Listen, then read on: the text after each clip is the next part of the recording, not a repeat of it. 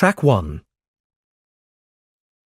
The Duke of Edinburgh's Award is a programme of activities designed to help young people from all backgrounds develop personally.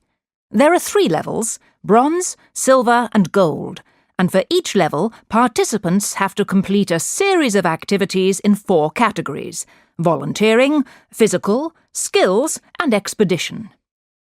This talk will explain what you have to do in order to get a bronze award. The first thing you need to do is find a Duke of Edinburgh centre near you. This could be your school, college or youth club. Then you'll need to pay a small fee to enrol in the programme. Once you've enrolled, you'll get a welcome pack, which explains the 4 categories in more detail. Then you can start planning what to do. You can do many different types of activity for each category, but you must get them approved by your Duke of Edinburgh coordinator before you start, so you don't waste time doing something which is not approved. The other important person is your assessor. This is the person who will certify that you've completed each activity by signing your record book. After you've completed all the activities in the time given, your assessor will send your record book results to the operating authority, who will check it. If everything is satisfactory, you'll get your certificate and badge to confirm you've completed the award, and after that, you can start working on the silver award.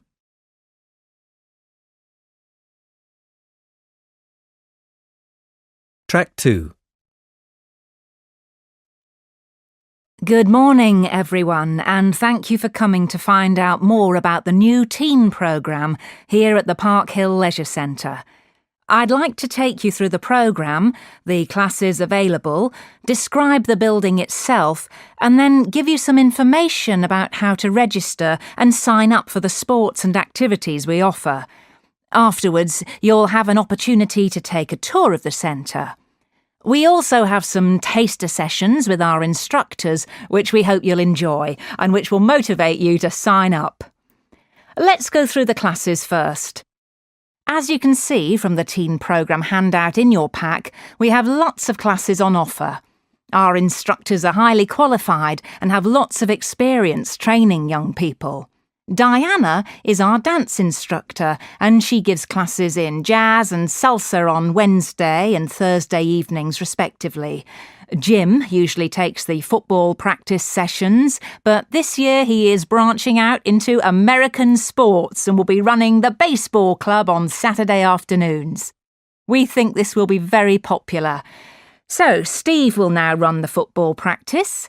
This class has been changed from Saturday to Sunday afternoons. Steve will also take the skateboarding class on Monday evening.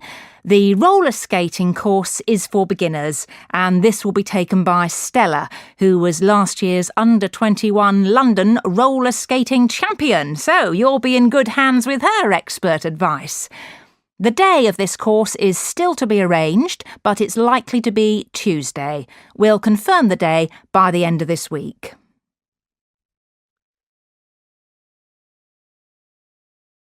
Track 3. Now, some of you won't have been to Park Hill Leisure Centre before, so let me just tell you a little about the layout.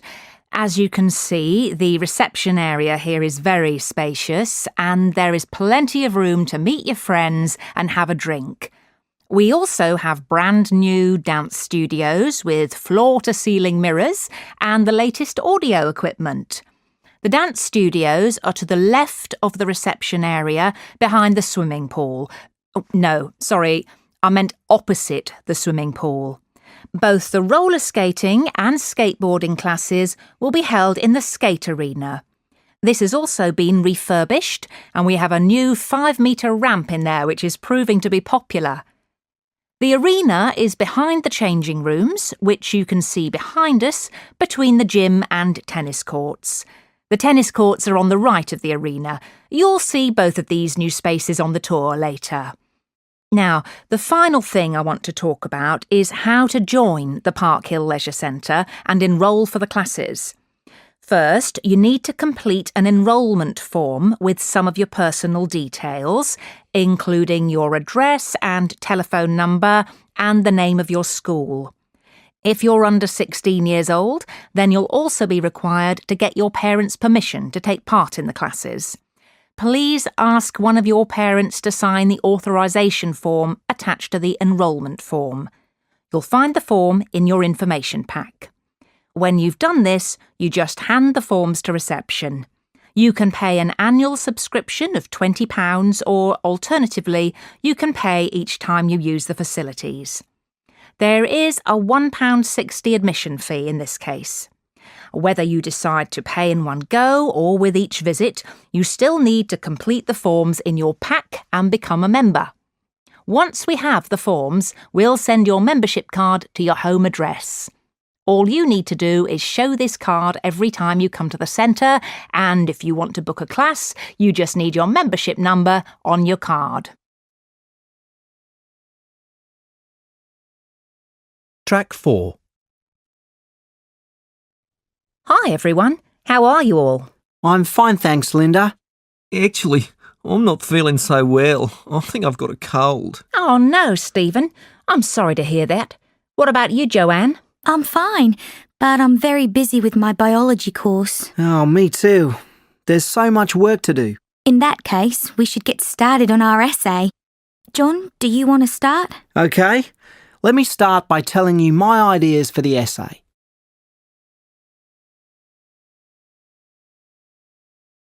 Track 5. We've really got to decide who does what for our Natural Earth project. Okay, Alice. Well, we've got all our cloud research, so let's decide how to break it down. Well, we should probably start by saying how clouds are formed. Good idea. And then maybe move on to the different types of clouds. We can separate it into low-lying, medium-level, and high clouds.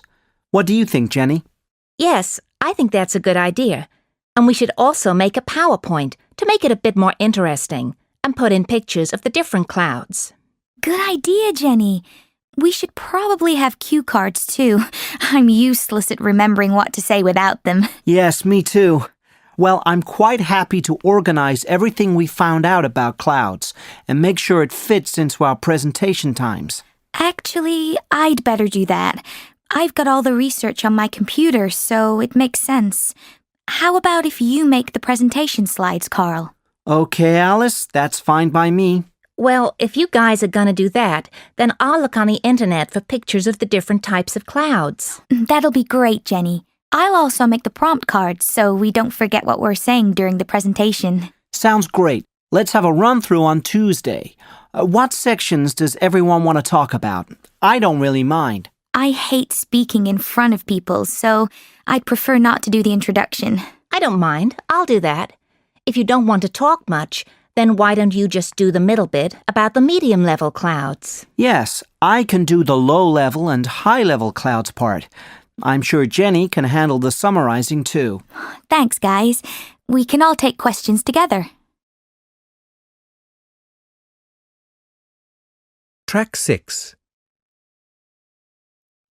Hi, Roger. Debbie, hi, how are you? Oh, I've been struggling with my Natural Earth assignment. It's proving to be really difficult. The one for Professor Black? Me too. I'm writing about volcanic activity. What are you doing yours on? Acid rain. I thought that would be okay, but the process is really complicated. Well, I can help you with it. I know a lot about acid rain. I studied the causes and effects last year. Really? Oh, that's great. I've done some work on the causes. I'm going to write that acid rain is caused by sulfur dioxide from power plants and smelters. Basically, this reacts in the atmosphere to form acid rain. Ah, but it's not just sulfur dioxide. It's also nitrogen oxides. Really? Yes, from things like car exhausts. But aren't nitrogen oxides also caused by natural events too? Yes, they're a minor factor, but I think they're worth mentioning. But sorry, carry on. Thanks. I might add that. So anyway, these emissions react in the atmosphere with water, oxygen and oxidants to form acidic compounds like sulfuric acid. These compounds then fall to Earth. Are you going to mention the different ways they return to the ground? Do you mean wet and dry deposition? Yes. So you've done a bit of background reading then? Yes. So if I've got it right, acid rain often comes down as rain, but also as snow or fog. This is wet deposition. I'm also going to define it as any form of precipitation that removes acids from the atmosphere. Yes, I think that's a good term to define it. Dry deposition. Well, I think that's when the pollutants stick to the ground through dust. I'm not really sure how to define it, though, compared to wet deposition. Just think of it as any pollutants that are not caused through precipitation. That's probably the best way. Did you know that sunlight can enhance the effects of acid rain as well? No, I didn't. Oh, there's so much to think about. I'm sure I'll go over my word limit. Well, you sound like you know a lot about the subject. Just try and keep your focus. I've had the same problem writing about volcanoes. There's just so much. Track 7. Do you want to make a start on our Natural Earth project? I think our idea of a lightning safety presentation is great, don't you, Rachel? Yes, I think it'll be really good. I have a few ideas already. Oh, great. Me too. I think we should divide it into 2 parts. What to do if you're inside when lightning strikes and what to do if you're outside. What do you think? That's good, but we need more. Something about planning for this kind of event. And also, what to do if someone gets hit by lightning. Oh, I can't believe I forgot that. Of course. Well, what should we talk about in the first part? I think we should say it's important to be aware. Lightning is always before rain, so don't wait until it rains. As soon as you hear thunder or lightning, you should get inside. OK, yes. And then if you're indoors, you should avoid water, stay away from doors and windows, and don't use the telephone. Or any electrical equipment. In fact, if you can, switch it off first. And you should wait half an hour after the last clap of thunder before going back outside. And if you're outside when it storms, you also need to avoid water. Try and get inside as soon as possible. There are certain things you should avoid. Open spaces, anything large and made of metal. And of course, the obvious one, trees. But we should mention that if lightning strikes very near you, you need to crouch down. Oh, is that right? I thought you had to stand still. No, that's actually wrong. You're supposed to crouch down. And put your hands over your ears. The noise can damage your hearing if you don't. OK, I think we've got quite a lot here. Only the last part to go. Now, what to do if someone gets hit? I think we should say that it's very rare for someone to get hit by lightning. Our talk sounds as if there's danger all around. We should try and make it sound a bit more reassuring. Yes, you're right. We'll say it doesn't happen often. It's just better to be safe than sorry. But what should we say about getting hit by lightning? Well, I think we should say it's safe to touch people who've been hit by lightning. They don't have any electrical charge. If there's a first aider around, then they should help them. Otherwise, it's just best to call for an ambulance. And we should remind our audience that 80% of lightning victims don't get fatally injured. That should calm everyone's nerves.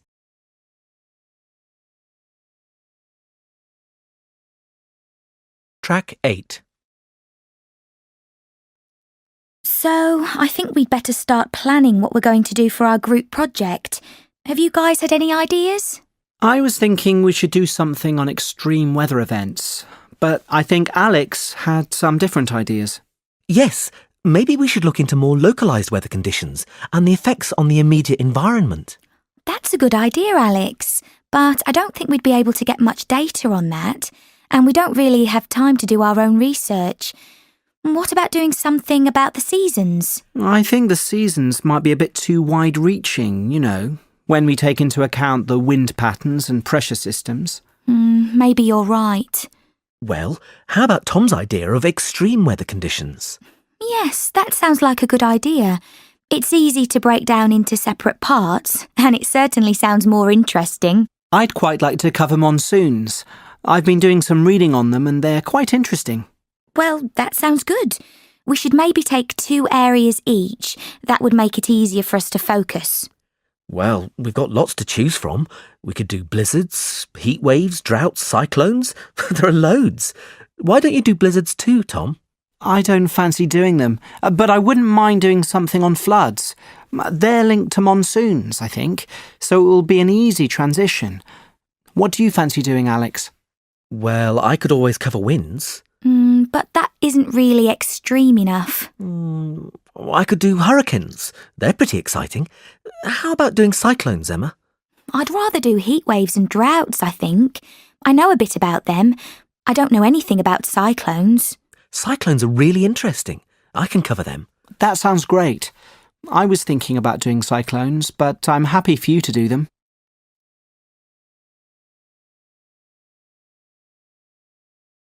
Track 9.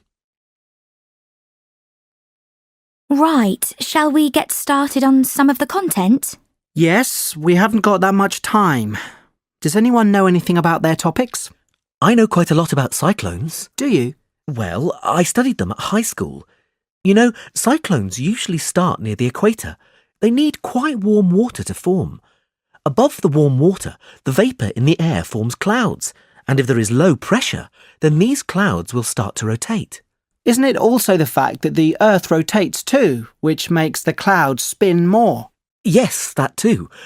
Once they begin rotating, they can either lose momentum or keep gathering momentum until they hit land. These ones are called mature cyclones. Luckily, as soon as they hit land, they start to lose momentum and fade away, just because they don't have the warmth of the ocean underneath. Well, that's a relief. They can still be really destructive. They are like a big circle of wind. They blow strongly until the eye of the storm passes, the centre, where everything is really quiet, no wind or anything.